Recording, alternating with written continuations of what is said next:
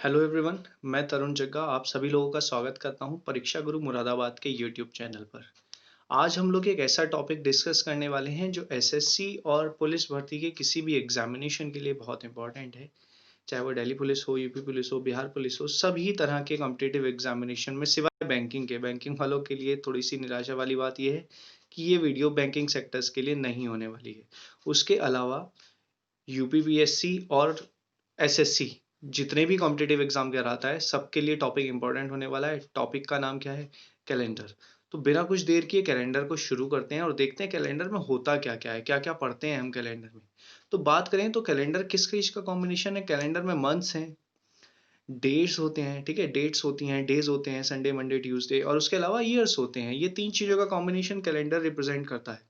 तो हमें बिल्कुल बेसिक से थोड़ा सा हम ओवरव्यू ले लेते हैं। थोड़ा सा ओवरव्यू लेकर वीडियो को स्टार्ट करेंगे तो थोड़ा बेटर रहेगा कि भाई किस मंथ में कितने डेज होते हैं, ये हमें पता होना चाहिए। जो जनरल सी चीज है हमें पता है, जैसे फॉर एग्जांपल जनवरी में 31 दिन होते हैं, जनवरी में 31 डेज हैं। फरवरी में कितने हो जाएंगे? फरवरी में या तो 28 होंगे या 29 होंगे, ठीक। ये डिपेंड करता है ईयर पर। इसके लिए हम ईयर को दो कैटेगरी में डिवाइड कर देंगे भाई। पहली जो कैटेगरी है उसको मैं नाम देता हूं एस वाई हो गया सिंपल ईयर। सेकंड कैटेगरी को नाम दे रहे हैं एल वाई, यानी कि हो गया लीप ईयर। दो तरह के ईयर हैं। सिंपल सा फंडा है भाई। सिंपल ईयर है, कितने दिन होते हैं सिंपल ईयर में? 365 डेज, 365 दिनों का अगर कोई वर्ष है तो सिंपल है, और अगर एक दिन एक्स्ट्रा है तो वो लीप ईयर हो जाएगा, ठीक है। 366 दिन वाला लीप वर्ष होता है। अब 366 दिन है तो फरवरी जो होगी, फरवरी 366 यानी कि लीप वर्ष में जो फरवरी होती है वो होती है 29 डेज की, ठीक है। तो लीप ईयर में फरवरी हो गई 29 की, तो सिंपल ईयर में फरवरी कितने की हो गई? 28 की होगी। ये बिल्कुल बेसिक सी चीज है, ये हम लोगों को सभी को पता है कि भाई कौन सा ईयर लीप ईयर होता है, कैसे हम चेक करते हैं लीप ईयर है या नहीं। नहीं पता तो इस वीडियो में थोड़ा बहुत हम उसको डिस्कस करेंगे। चलिए अब बात करते हैं हम एक हफ्ते की, एक सप्ताह की। एक सप्ताह में कितने दिन होते हैं? 7 डेज होते हैं, ठीक है। ये भी हमें पता है। तो अब मैं ये क्यों बता रहा हूं, पहला टॉपिक यहां से स्टार्ट होने वाला है। अब देखिएगा क्यों बता रहा हूं मैं ये। 7 दिन में एक हफ्ता होता है, ऐसा भी पढ़ सकते हैं अगर मुझे बताना हो कि 8 दिन में कितने सप्ताह होते हैं, 8 डेज में कितने सप्ताह होते हैं, तो मैं इसको देखिए कैसे लिखूंगा। 1 वीक कंप्लीट प्लस 1 डे। 8 दिन है तो 7 दिनों का एक सप्ताह और एक दिन हो गया। तो ये जो एक दिन आया है, जो एक्स्ट्रा डे आया है, ये सप्ताह में काउंट नहीं हुआ है। ये कहलाता है अतिरिक्त दिन। इंग्लिश में इसको बोला जाता है ऑड डे। तो जो दिन सप्ताह के अंदर काउंट नहीं हुआ है वो क्या कहलाएगा हमारा? वो कहलाएगा भैया ऑड डे। तो कितने ऑड डे हो गए 8 दिन में? एक। देखो लिखने का क्या तरीका है, लिखने का यही तरीका है, जो सप्ताह में नहीं होगा यानी कि जो 7 से भाग करने के बाद रिमाइंडर बचेगा वो हमारा अतिरिक्त दिन होगा। जैसे अगर हम बात करें जनवरी की, ठीक है, तो जनवरी में बात करें, जनवरी में कितने दिन होते हैं? 31 दिन होते हैं। हमने लिख लिया भाई 31 डेज। अब हर बार मुझे इसको 31 लिखने की जरूरत नहीं है। क्या करेंगे इसको? इसको 7 से डिवाइड कर दीजिए, ठीक। 7 से डिवाइड करने के बाद जो रिमाइंडर बच रहा है, जो शेषफल आ रहा है, वही आपका अतिरिक्त दिनों की संख्या कहलाएगा। जैसे अगर 31 को मैं 7 से डिवाइड करूं तो 7 से जब हम डिवाइड कर रहे हैं 31 को, तो 7 चौक 28, कितना बच गया? 3 बच गया। 29 30 31, 3 बच गया ये। तो ये जो 3 बचा हुआ होगा ये 3 कहलाएगा ऑड डेज, यानी कि ऑड दिनों की संख्या कितनी हो गई इसमें? 3 हो गई है। ये यहां से जनवरी में ऑड दिनों की संख्या निकल कर आ गई हमारी 3। तो सबसे पहले आपको निकालनी आनी चाहिए ऑड डेज की संख्या। 31 होगी तो 3 याद रखना है आपको। इसी तरह से अगर हम बात करें कि भाई अगर 30 दिन आ जाए, किसी महीने में 30 दिन होते हैं भाई, अप्रैल में होते हैं, जून में होते हैं, तो क्या होगा? वहां 3 थे, यहाँ 2 दिन अतिरिक्त हो जाएंगे। तो ये चीज आप याद रख लीजिएगा कि भाई अगर 31 का महीना है तो 3 दिन अतिरिक्त होंगे, 30 का महीना है तो 2, अगर 29 या 28 का है तो 1 और 0 हो जाएंगे रेस्पेक्टिवली। वो आप डिवाइड कर कर भी निकाल सकते हैं, ठीक है। तो चलिए ये हो गया हमारा अतिरिक्त दिनों की संख्या कैसे ज्ञात की जाती है।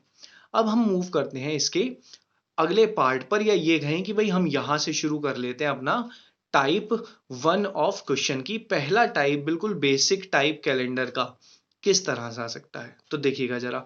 टाइप 1 के हम क्वेश्चन पर मूव कर रहे हैं। और पहला क्वेश्चन जैसे हमने ये लिखा, पहले क्वेश्चन में वो क्या कहेगा कि भाई यदि आज एक दिन दे देगा, कोई भी दिन दे सकता है, वो रैंडम हो सकता है, जरूरी नहीं है जो आज दिन है उसी की बात करे। वो कहे यदि आज ट्यूसडे है, इफ टुडे इज ट्यूसडे, तो पूछेगा आपसे कुछ दिन पहले या कुछ दिन बाद के बारे में आपसे पूछेगा। जैसे वो ये पूछा है क्वेश्चन में, तो आज से 121 दिन बाद कौन सा दिन होगा। यदि आज ट्यूसडे है तो आज से 121 दिन बाद कौन सा दिन होगा, ये अब हमें निकालना है। तो भाई देखो, बाद में पूछ रहा हो या पहले पूछ रहा हो, तो एक बेसिक सा कॉन्सेप्ट हमें देखो क्या याद रखना है। ठीक है, बिल्कुल बेसिक से ही स्टिक है, हम कोई बहुत एडवांस लेवल पर अभी नहीं पहुंचे हैं। देखिएगा जरा, मैं एग्जांपल के तौर पर मान लेता हूं, कहां से, जैसे इसने कहा है ट्यूसडे, ट्यूसडे से दिन स्टार्ट हो रहा है हमारा। मैं ट्यूसडे को एक पर्टिकुलर डेट के रिस्पेक्ट में मान लेता हूं कि आज ट्यूसडे है, और आज मैं तारीख मान लेता हूं कि भाई आज 1 तारीख है। ठीक है, तो 2 तारीख, 2 का क्या बैठेगा भाई, वेंसडे। 3 का क्या बैठेगा, थर्सडे। 4 का फ्राइडे। 5 का सैटरडे। 6 का संडे बैठेगा, और इसी तरह से 7 का मंडे बैठेगा, और 8 का बैठेगा वापस ट्यूसडे। तो मैं ट्यूसडे से लेकर ट्यूसडे तक की ऑब्जर्वेशन की, तो मैंने देखा कि 1 से 8 तक, यानी कि 7 दिनों का गैप आ गया।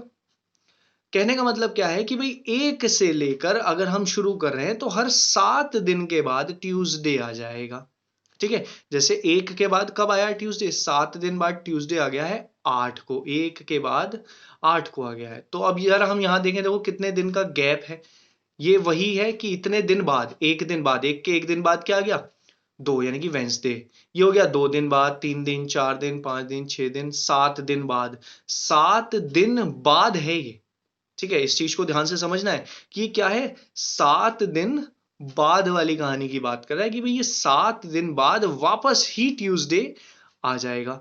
अब देखो 7 दिन बाद आ रहा है तो 14 दिन बाद भी आएगा, 21 दिन बाद भी आएगा, 28 दिन बाद भी आएगा, 7 के मल्टीपल में चलता रहेगा। तो आपको क्या करना है, जितने भी दिन दे रखे हैं, जैसे उसने पूछा है कि 121 दिन बाद कौन सा दिन होगा, तो आप 121 को 7 से डिवाइड कर दीजिए, अतिरिक्त दिनों की संख्या जैसे हम निकालते हैं, और जो भी रिमाइंडर होगा, जो भी शेषफल होगा, वो अतिरिक्त दिन निकल कर आ जाएंगे। तो जरा देखते हैं भाई इसमें रिमाइंडर कितना बच रहा है, कि अगर हम 121 को 7 से कर दें डिवाइड, तो शेषफल कितना बचेगा, इसको कीजिए कैलकुलेट। 7 गम 7, 12 था, 5 बचा 51, 7 सत्ते 49, 2 बच गया, तो 2 आ गया शेषफल हमारे पास। तो 2 दिन अतिरिक्त आ गए।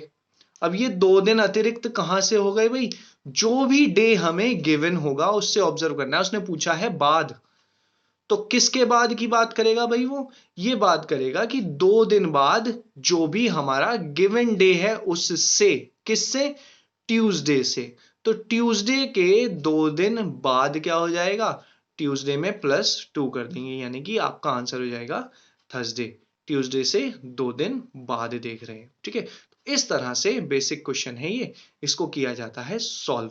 बिल्कुल ध्यान से वीडियो को लास्ट तक देखिएगा, एक एक छोटी छोटी चीज यहाँ पर मेंशन की गई है, सब चीजें समझ में आएंगी आपको। बहुत बेसिक से स्टार्ट किया मैंने कैलेंडर को। तो ये था आपका टाइप 1, इसमें बाद या पहले भी पूछ सकता है।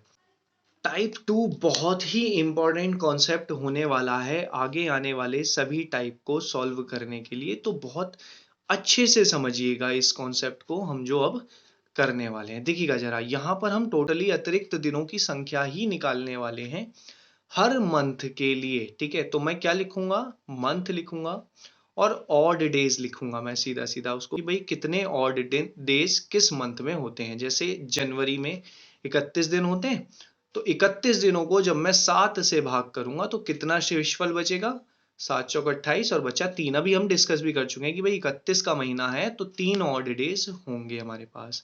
बात करें नेक्स्ट मंथ फरवरी की, अगर फरवरी में बात करें तो भाई या तो 28 दिन होंगे या 29। तो अगर 28 हैं तो 0 अतिरिक्त दिन, और 29 हैं तो 1 अतिरिक्त दिन। ये भी हमने डिस्कस किया है। अच्छा कॉन्सेप्ट है ये बहुत। देखिएगा जरा आगे कहाँ कहाँ हम चलने वाले हैं। अगर हम इसी तरह से बात करने लगे पूरे वर्ष में, कि एक साधारण वर्ष अगर है, तो एक साधारण वर्ष में कितने अतिरिक्त दिन होंगे ये निकालना है। तो 365 को भाग कीजिए जरा 7 से 365 को भाग करेंगे और जो रिमाइंडर बचेगा वो बचेगा 1। तो अगर एक साधारण वर्ष है, शेषफल 1 बचा है, तो साधारण वर्ष में अतिरिक्त दिनों की संख्या 1 होगी। नोट कर लीजिएगा इस पॉइंट को कि साधारण वर्ष में 1 अतिरिक्त दिन होता है। अगर लीप ईयर हो जाए, यानी कि अभी तक सिंपल ईयर था, लीप ईयर में कितने दिन हो जाएंगे? 366 दिन हो जाएंगे। तो यहां अतिरिक्त दिन बचेंगे हमारे पास 2, शेषफल 2 बचेगा, तो अतिरिक्त दिनों की संख्या कितनी आ जाएगी मेरे पास? 2 आ जाएंगी अतिरिक्त दिनों की संख्या। तो इस तरह से हम पूरे वर्ष में निकाल सकते हैं कि भाई कितने सिंपल हैं और कितने लीप ईयर हैं, उनमें कितने कितने अतिरिक्त दिन होंगे। जैसे देखिएगा, एक इंपॉर्टेंट पार्ट यहां से हम शुरू करने वाले हैं। बहुत ही अच्छा कॉन्सेप्ट है, टाइप 2 के आगे आने वाले भी क्वेश्चन इस कॉन्सेप्ट से सॉल्व होंगे। जैसे अब एक इंपॉर्टेंट पार्ट से हम शुरू कर रहे हैं। देखिएगा, बहुत ध्यान से समझिएगा कि जो 100वां वर्ष होता है, शताब्दी की बात कर रहे हैं, 100वां वर्ष, शताब्दी हो गई भी, 100 हो, 200 हो, 300 हो, 400 हो, बात कर रहे हैं हम 100वां वर्ष यानी कि शताब्दी की बात कर रहे हैं। ये 4 से तो कट जाता है, लेकिन ये लीप ईयर नहीं होता है। 100वां वर्ष लीप ईयर नहीं कहलाता है। क्यों? एक पॉइंट नोट कीजिएगा अपनी नोटबुक में या जहां भी आप नोट कर रहे हैं, नोट कीजिएगा कि सेंचुरी के केस में जब शताब्दी बनेगी यानी कि सेंचुरी बनेगी, तो हम कैसे पता लगाते हैं लीप ईयर है या नहीं है? 400 वर्ष बाद लीप ईयर आता है अगर सेंचुरी है तो, यानी कि पहली सेंचुरी लीप ईयर नहीं होगी, 100वां वर्ष लीप वर्ष नहीं होगा। ठीक है, तो सेंचुरी में 400वां वर्ष लीप वर्ष होगा। 100वां वर्ष लीप वर्ष होगा? नहीं होगा। 100वां वर्ष क्या होगा? जरा देखो पहले इसको कि भाई हमने लिखा 1765, कैसे चेक कर रहे हैं लीप ईयर को? जरा देख लीजिए फटाफट। 1765 है, शताब्दी नहीं है। मैंने 4 से कर दिया इसको भाग। 4 से भाग करने के लिए हम क्या करते हैं? केवल लास्ट की 2 डिजिट को भाग कर देखिए। अगर ये डिजिट 4 से डिवाइड हो रही हैं तो पूरा ईयर भी 4 से डिवाइड हो जाएगा। 4 से डिविजिबिलिटी का ये रूल भी होता है। ठीक है, तो जरा देखते हैं 65 4 से डिवाइड नहीं हो रहा, तो ये कैसा ईयर हो गया? सिंपल ईयर हो गया है। ईयर को चेक करने का ये तरीका है। जैसे एक और चेक कीजिए जरा, 1652 को 4 से डिवाइड कीजिए, तो 52 को 4 से डिवाइड करना है। तो क्या ये 4 से डिविजिबल है? बिल्कुल डिविजिबल है। तो यहां पर ये क्या हो गया? ये हो गया भाई लीप ईयर हो गया आपका यहाँ पर। ठीक है, 1652 है लीप ईयर। अब बात करते हैं हम सेंचुरी की, जो मैं बता रहा हूं कि 400वां वर्ष लीप ईयर होगा। इसको कैसे मेजर करना है हमें? तो हम क्या करते हैं, जैसे बात कर लेते हैं कोई भी सेंचुरी ईयर्स की, और उसको डिवाइड कितने से करेंगे? डिवाइडेड बाई हो जाएगा वो 400, ना कि 4। 400वां वर्ष आ रहा है तो हर 400 वर्ष बाद लीप ईयर मुझे मिलेगा। जैसे अगर 100वां वर्ष है तो 100वां वर्ष क्या है? सिंपल। 200वां वर्ष भी सिंपल ईयर है। 300वां वर्ष भी सिंपल ईयर है। 400वां वर्ष अगर हम बात करें तो ये 400 से कट जाता है, तो ये लीप ईयर हो गया हमारा। हर 400 वर्ष बाद हमें लीप ईयर मिलने वाला है। ठीक है, तो बात कर लेते हैं कुछ जरा वर्षों की, कुछ एग्जांपल देख लेते हैं कि भाई 1872 है। चेक कीजिए जरा 1872 जो है वो लीप ईयर है या नहीं है। 72 है, 4 से कट रहा है, कट रहा है, लीप ईयर हो गया भाई यहाँ पर। 1800 चेक कीजिए फटाफट और जल्दी से कमेंट में लिखिए आंसर्स को। 1800 लीप ईयर है या नहीं है? कितने से डिवाइड करते हैं? 400 से डिवाइड करते हैं। 400 से डिवाइड नहीं हो पा रहा है, सेंचुरी है इसलिए 400 से डिवाइड कर रहे हैं। 400 से डिवाइड नहीं हो पा रहा है तो क्या है? ये सिंपल ईयर है। तो ऐसा वर्ष जो 400 से डिवाइड हो जाए सेंचुरी में, शताब्दी में करेंगे केवल ऐसा, वो क्या कहलाता है? लीप ईयर कहलाता है। ये क्या है? सिंपल ईयर है हमारा। ठीक है, तो एक तो ये कॉन्सेप्ट हुआ। अभी टाइप 2 में और भी बहुत सारे हमें कॉन्सेप्ट पढ़ने हैं, बहुत अच्छे अच्छे। पहला कॉन्सेप्ट हो गया सेंचुरी का। अब ऑड डेज पर चलते हैं जरा हम वापस, क्योंकि यही इंपॉर्टेंट है, यहीं से क्वेश्चन बनकर आएगा। ऑड डेज निकाल कर ही सारी समस्याओं का समाधान मिलेगा हमें। 10 वर्षों में अगर निकालना हो कि भाई 10 वर्ष हैं, वो कौन से 10 वर्ष हैं ये नहीं दे रखा अभी, तो कैसे सॉल्व करना होगा इसको देखें। वो पूछे 10 वर्षों में कितने अतिरिक्त दिन होंगे, तो इन 10 वर्षों में से पहले आप छांट लीजिए कितने तो सिंपल ईयर हैं और कितने लीप ईयर हैं। क्यों छांट रहे हैं भाई? सिंपल ईयर में अतिरिक्त दिन पता है मुझे 1, और लीप ईयर में भी मुझे अतिरिक्त दिन पता है 2। तो देखो कैसे छांटेंगे। जो भी वर्ष दे रखा है, कितने वर्ष दे रखे हैं? 10 वर्ष दे रखे हैं। तो आपको लीप ईयर निकालने के लिए 10 को कर देना है 4 से भाग, 10 को क्या कर देना है, डिवाइड कर देना है 4 से। ठीक है, मैं कर दिखा रहा हूं, करने की वैसे जरूरत नहीं होगी, एक बेसिक मेथड से हम लोग कर रहे हैं। जैसा कि हम डिवाइड करते हैं भाई, देखो 4 लिखा, 10 लिखा, 4 दूनी 8, कितना बच गया, 2। 2 हो गया हमारा, ये जो नीचे वाला जो 2 बचा है ये है हमारा शेषफल, जिससे हमें इस बार कोई भी मतलब नहीं है अतिरिक्त दिन निकालने के लिए। इस वाले शेषफल से मतलब नहीं है। क्यों भाई, अतिरिक्त दिन नहीं निकाल रहे हैं हम निकाल रहे हैं लीप वर्ष। तो लीप वर्ष जो निकलता है वो निकलता है भागफल से। ठीक है, तो दो इंपॉर्टेंट पॉइंट है यहाँ पर भाई, अतिरिक्त दिन निकालना है तो शेषफल पर फोकस रखना है, और अगर लीप ईयर निकाले तो भागफल पर फोकस रखना है। तो कितने लीप ईयर आ गए, 2 लीप ईयर लिख दिए भाई मैंने यहाँ पर, 10 में से 2 लीप ईयर है। कैलकुलेट कर लो जरा, हर 4 साल बाद लीप ईयर आता है, तो चौथा और 8वां साल लीप वर्ष होगा। अब 10 में से 2 तो हो गए लीप ईयर, बाकी बच गए 8, वो हो गए सिंपल ईयर।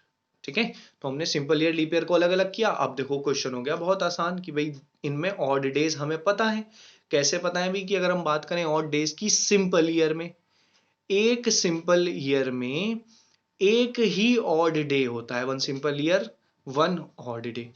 तो कितने सिंपल ईयर है मेरे पास, 8। ऐसे ही अगर लीप वर्ष में बात करें तो 2 ऑड डेज होते हैं एक लीप ईयर में, अभी हमने पढ़ा है पीछे।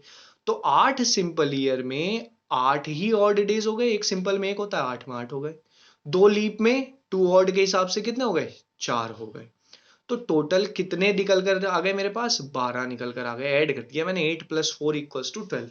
तो मेरे पास 8 दिन निकल कर आ गए हैं एक्स्ट्रा, की भाई 8 दिन होते हैं, सॉरी 12 दिन निकल कर आ गए एक्स्ट्रा। 10 वर्षों में 12 ऑड डेज होते हैं हमारे पास। अभी इसको और कैसे मॉडिफाई किया जा सकता है, कैसे चेंज कर सकते हैं, चर्चा करते हैं उस पर। चलिए नेक्स्ट मूव करते हैं। अभी यही टाइप चल रहा है, इसी का बहुत अच्छा कॉन्सेप्ट हम पढ़ने वाले हैं दोबारा से, कि 100 वर्षों में अगर हमें निकालना हो कि कितने अतिरिक्त दिन होते हैं। देखिए बहुत इंपॉर्टेंट चीज ये भी है कि हमें ये नहीं पता वो 100 वर्ष कौन से हैं। तो प्रारंभ के 100 वर्ष मानकर चल रहे हैं हम कि भाई 100 वर्ष दिया, ये नहीं दिया कि 1900 से 2000 तक है या 2100 से 2200 तक है। तो 100 वर्षों को हम फिर से वही कॉन्सेप्ट सिंपल ईयर और लीप ईयर में ब्रेक कर लेंगे। ध्यान से समझिएगा, बहुत अच्छी चीज आने वाली है। अब लीप ईयर और सिंपल ईयर में ब्रेक किया, आप इसको 4 से डिवाइड कीजिए 100 वर्ष। 100 को हम 4 से डिवाइड करेंगे, आ गया 25। 25 लीप ईयर होने चाहिए, लेकिन भाई ये देखो जरा, ये जो 100वां वर्ष है, 100वां वर्ष लीप ईयर नहीं होता है, इसलिए 25 की बजाय 24 लिख दिया, -1 कर दिया। क्यों, क्योंकि हमने अभी पढ़ा है कि जो शताब्दी होती है वो 400वें वर्ष में रिपीट होती है लीप ईयर में। तो बाकी कितने बचे, 76, वो हो गए सिंपल ईयर। देख लो बहुत ध्यान से इस कॉन्सेप्ट को, यहां पर कि ये 24 आ गए लीप ईयर, 76 आ गए सिंपल ईयर। अब ऑड डेज निकालने हैं तो बहुत वही सिंपल सा कॉन्सेप्ट है। सिंपल ईयर है तो 76 का 76 रह जाएगा, एक वर्ष में एक ऑड डे होता है। लीप ईयर में दुगना हो जाता है तो ये 48 हो जाएगा। अब यहां पर आपको जोड़ने की आवश्यकता नहीं है, देखिएगा कैसे करना है। यहाँ एक अच्छा कॉन्सेप्ट आ रहा है कि इसको 7 से भाग कर दो और जो शेषफल आया वो लिख दिया। 7 × 70, 6 बच गया तो 6 लिख दिया मैंने इसको। 76 को 7 से भाग किया, 7 × 70 हो गया, जो बचा वो लिख दिया। ऐसे ही 48 जो है, 48 को अगर मैं डिवाइड करूं तो 7 × 42, कितना बच गया, 6 बच गया। तो इसको काट कर भी मैं 6 लिख सकता हूं। तो कितने आ गए दोनों को ऐड कर भाई, 12 दिन निकल कर आ गए अतिरिक्त। 12 को मैं फिर से मॉडिफाई कर भी लिख सकता हूं, जरा देखो 12 को भी 7 से डिवाइड कर लो, 7 × 7 कितना बच गया, 5 बच गया यहाँ पर। तो कुल अतिरिक्त दिन निकल कर आ गए 100 वर्षों में 5। कॉन्सेप्ट भाई ये ध्यान रखना है कि 100वां वर्ष लीप वर्ष में काउंट नहीं करना है। ठीक है, अब अगर 200 वर्ष हो जाए तो ये दिन 5 से 10 हो जाएंगे। ठीक, तो 200 वर्ष में कितने अतिरिक्त दिन हो गए, 10 अतिरिक्त दिन हो गए हैं हमारे पास। ठीक, अब देखो 10 को हम फिर से 7 से डिवाइड कर लिख सकते हैं। 200 में 10 तो कर दिया, लेकिन 10 दिन एक्स्ट्रा नहीं लिखने, हमें 7 से डिवाइड कर क्या लिख दो, 3। 7 × 7 जो बचा है, रिमाइंडर को लिख रहे हैं हम यहाँ पर 3। ऐसे ही 300 वर्ष में देखो जरा, 100 में 5 थे, 200 में 10 थे, तो 300 में कितने हो जाएंगे, 15 हो जाएंगे। 15 को भी फिर 7 से डिवाइड कर अगर लिखना हो जाए तो कैसे लिख देंगे, बिल्कुल ऊपर वाले की तरह। लेकिन भाई 7 से डिवाइड किया, 7 दूनी 14, और कितना बच गया, 1 बच गया। तो इसको काट कर क्या लिख सकते हैं, 1 लिख सकते हैं। 400वें वर्ष में बात करें भाई, 100 में 5, 200 में 10, 300 में 15, तो 400 में 20 प्लस 1। अब ये 1 कहाँ से आ गया भाई? ये जो 400वां वर्ष है, ये 400वां वर्ष कैसा है? लीप ईयर है, इसलिए इसमें +1 कर देंगे। अब आप ये पूछो भाई +1 क्यों किया, 2 क्यों नहीं किया? +2 इसलिए नहीं किया क्योंकि एक सिंपल ईयर भी तो कम हुआ होगा। देखो इसके कॉन्सेप्ट पर भी अभी हम आएंगे अगले क्वेश्चन के अकॉर्डिंग जब हम करेंगे। फाइनल हम रिजल्ट देख लेते हैं कि 100 वर्षों में 5 अतिरिक्त दिन, 200 वर्षों में 3 अतिरिक्त दिन, 300 वर्षों में 1 अतिरिक्त दिन होता है और 400 वर्षों में होते हैं 0 अतिरिक्त दिन। ठीक है, उम्मीद करता हूँ ये कॉन्सेप्ट समझ में आया होगा। नहीं समझ में आया हो तो प्रीमियर के बाद इसको वापस चला कर देखिएगा एक बार। ठीक है, बहुत इंपॉर्टेंट चीज है, बिल्कुल बेसिक से मैं आपको कैलेंडर का टॉपिक समझा रहा हूँ कि भाई ऑड डेज कैसे निकाले जाते हैं। ठीक है, तो चलिए मूव करते हैं हम इसके क्वेश्चंस पर कि किस तरह के क्वेश्चन इससे पूछे जाते हैं और कैसे हम इन चीजों को यूटिलाइज कर कर क्वेश्चन को सॉल्व कर सकते हैं। ठीक है, उसने कोई एक डेट दी आपको कि 15 अगस्त 1947 को उसने वेडनेसडे दे दिया। अब होता है या नहीं होता ये आपको नहीं चेक करना है अभी, अब हम टाइप 2 पर चल रहे हैं। ठीक है, और वो आपसे ये पूछ ले भाई 15 अगस्त 2047 को क्या दिन होगा? तो देखो ऑब्जर्वेशन देखनी है। इसी तरह से मैं कुछ और क्वेश्चन ले रहा हूं भाई 2147 में क्या दिन होगा 15 अगस्त को। 2100 से आगे भी ले लेते हैं, चलिए कुछ और हम पॉइंट इसमें ऐड कर लेते हैं ताकि ज्यादा क्वेश्चन हो जाए। 2247 को ले लेते हैं कि भाई 2247 में क्या होगा, और पीछे का भी ले लेते हैं। चलो इससे 1947 से पीछे का लेंगे तो भाई 1847 को ले लेते हैं। 100 वर्षों का गैप लिया है मैंने, आपको दिखाई दे रहा होगा। ठीक है, तो देखो एक से ही यानी कि 1947 से ही हम 2047 को निकालेंगे, इससे 2147, 2200 और 1847 को निकालेंगे केवल एक ही क्वेश्चन से। ठीक है, एग्जाम में एक ही आएगा, कोई भी इन चारों में से या पांचों में से जो भी आप देखेंगे आगे उनमें से केवल एक ही आएगा। तो देखिए जरा शुरू करते हैं। इसमें हमें दिखाई दे रहा है 1947 और 2047 के बीच में कितने वर्ष का गैप है? इन दोनों में 100 वर्ष का गैप है भाई। पहले जो अभी हमने किया है कि 100 वर्षों में कितने अतिरिक्त दिन होते हैं, उसमें हमें वर्ष नहीं पता थे वो 100 वर्ष कौन से हैं। ठीक है, 100 वर्ष तो कह रहा था, लेकिन हमने क्या कर लिया था, पहले वाले 100 वर्ष कंसीडर कर लिए थे जो स्टार्टिंग में आते हैं। लेकिन अब ये जो 100 वर्ष हैं ये 1947 से 2047 वाले हैं। यहां पर उसने अब लिमिट दे दी, मुझे एक रेंज दे दी है कि भाई आपको 1947 से 2047 के बीच वाले 100 वर्षों में ही कैलकुलेशन करनी है। तो यहां पर हम एक बार फिर से कैलकुलेट कर कर देखेंगे ताकि हमें एग्जाम में कैलकुलेशन ना करनी पड़ जाए। और एक इंपॉर्टेंट पॉइंट यहां पर आएगा, उसको आप सभी नोट कर लीजिएगा। देखिए 1947 और 2047 के बीच में हमें क्या निकालने हैं? 100 वर्ष हैं, ये दिखाई दे रहा है। 100 वर्षों में अतिरिक्त दिन हमें निकालने हैं। तो इन 100 वर्षों में 1947 और 2047 के बीच में एक सेंचुरी हो गई कंप्लीट। हमने कैसे किया था भाई सॉल्व? देखो जरा पहले एक बार ये देखते हैं कि 100 वर्षों में हमने देखा कि लीप ईयर कितने होते थे? 25, लेकिन हम क्या लिखते थे? 24 लिखते थे उसको काट कर, है ना कि भाई 24 लीप ईयर हो जाएंगे। क्यों करते थे भाई? 100वां वर्ष लीप ईयर नहीं होता था इसलिए किया जाता था। बाकी बचे हुए 76 को हम क्या कर देते थे? 24 था तो इधर क्या लिख देंगे? 100 में से 24 माइनस कर कर 76। लेकिन अब ये बात करें कि भाई ये एक सेंचुरी जो यहां से 1947 से 2047 तक है, क्या इसमें जो 100वां वर्ष आ रहा है वो कौन सा है? सेंचुरी जहां कंप्लीट हो रही है, जरा देखिए 2000, ये वर्ष है ना 2000, बीच में आ रहा है 1947 और 2000 के, केवल यही वर्ष आएगा सेंचुरी वाला। और ये कैसा है? ये लीप ईयर है। तो इसको हम 100 ईयर वाले कॉन्सेप्ट से 24 से सॉल्व नहीं करेंगे, 25 से सॉल्व करेंगे, क्योंकि यहां पर जो 100वां वर्ष है, ये लीप ईयर वाला जो वर्ष है, ये 2000, ये भी लीप ईयर में ही काउंट हो रहा है। तो इस केस में देखो जरा समझो यहां पर कि भाई 100 वर्ष हैं, 100 वर्षों को अगर हम अब डिवाइड करेंगे कि भाई कितने सिंपल ईयर होने चाहिए और कितने लीप ईयर होने चाहिए, तो लीप ईयर 25 रहेंगे और सिंपल ईयर 75 हो जाएंगे। अब इसमें ऑड डेज निकाल सकते हैं हम बहुत तेजी से, था ना 76 था। ऑड डेज इसमें कितने हो गए? अब सिंपल ईयर में 75 और लीप ईयर में हो गए 50। डबल कर देते हैं हम, ये कॉन्सेप्ट हम पीछे देख चुके हैं। ये देखिए क्या किया, आप 5 कैसे लिखा? 7 से डिवाइड कर कर डिवाइड किया, 5 बचा, 50 को डिवाइड किया 1 बचा, 5 और 1 6 हो गया है, ठीक है। 7 से डिवाइड किया, अतिरिक्त दिनों के रूप में हमने इसको लिख दिया है। तो 6 दिन एक्स्ट्रा चल रहे हैं हम वेंसडे से। आगे वाले वर्ष में पूछ रहा है तो वेंसडे से आगे चलना है। तो देखो भाई, अगर 6 दिन आगे नहीं जा सकते तो बैकवर्ड चले जाओ। कितने दिन? 1 दिन। कॉम्बिनेशन 6 + 1 7 आना चाहिए, फॉरवर्ड और बैकवर्ड का कॉम्बिनेशन। ऐसे ही देखो 6 दिन है तो 1 दिन बैकवर्ड हो गया, और अगर 5 दिन हो जाते तो कितने दिन बैकवर्ड में चले जाते हम? 2 डेज बैकवर्ड में चले जाते हैं, ठीक है। 5 और 2 7। तो फॉरवर्ड में नहीं निकाल पा रहे हैं तो बैकवर्ड में भी निकाल सकते हैं आप। जैसे अगर इस क्वेश्चन की मैं बात करूं तो इसमें मुझे कितने दिन जो था वो फॉरवर्ड में जाना है। फॉरवर्ड में कैसे पता चला? 1947 से 2047 तक जाना है। फॉरवर्ड में 6 दिन न जाने की बजाय 1 दिन बैकवर्ड में चले जाओ। तो वेंसडे के बैक में 1 दिन जाएंगे तो क्या मिल जाएगा हमें आंसर? ट्यूसडे आंसर हो जाएगा। तो 15 अगस्त 1947 को ट्यूसडे होगा। लेकिन कब होगा?